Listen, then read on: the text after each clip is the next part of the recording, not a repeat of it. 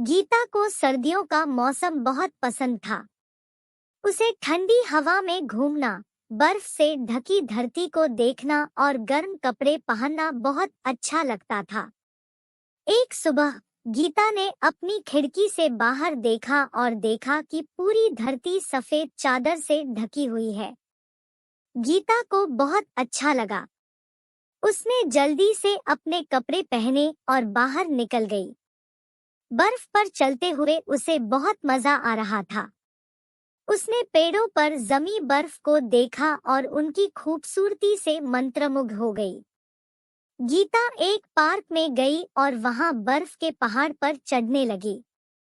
वह बर्फ के पहाड़ से फिसलती रही और हंसती रही। उसे ऐसा लग रहा था कि वह एक परीलोक में है। गीता पूरे दिन सर्दियों की खूबसूरती का आनंद लेती रही। उसने बर्फ के फूल बनाए, बर्फ की मूर्तियां बनाई और बर्फ के साथ खेलती रही। उसे ऐसा लग रहा था कि वह कभी बड़ा नहीं होना चाहती। जब शाम ढलने लगी तो गीता घर वापस आई।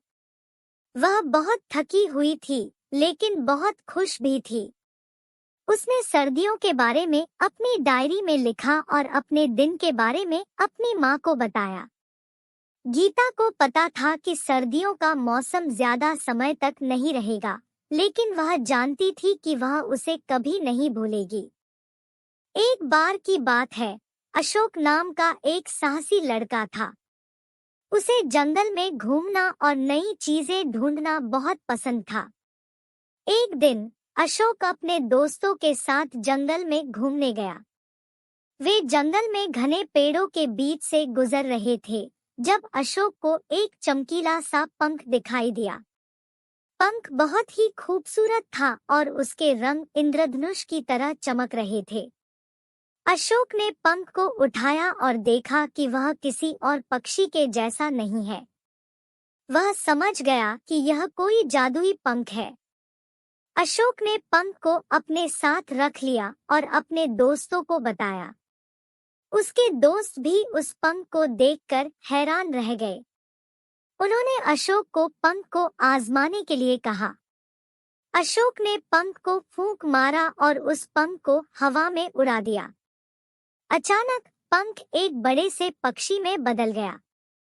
पक्षी ने अशोक को अपनी पीठ पर बैठाया और उसे आकाश में उड़ाने लगा।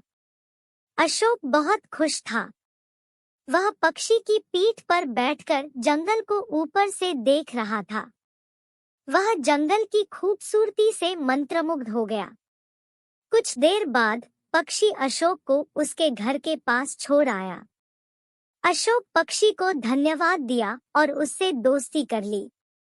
अशोक ने उस पंख को हमेशा अपने पास रखा। वह कभी-कभी उस पंख को फूंक मारता था और उस पक्षी के साथ घूमने जाता था। अशोक ने सीखा कि जादू इस दुनिया में मौजूद है और हमें हमेशा नई चीजों को खोजने के लिए तैयार रहना चाहिए।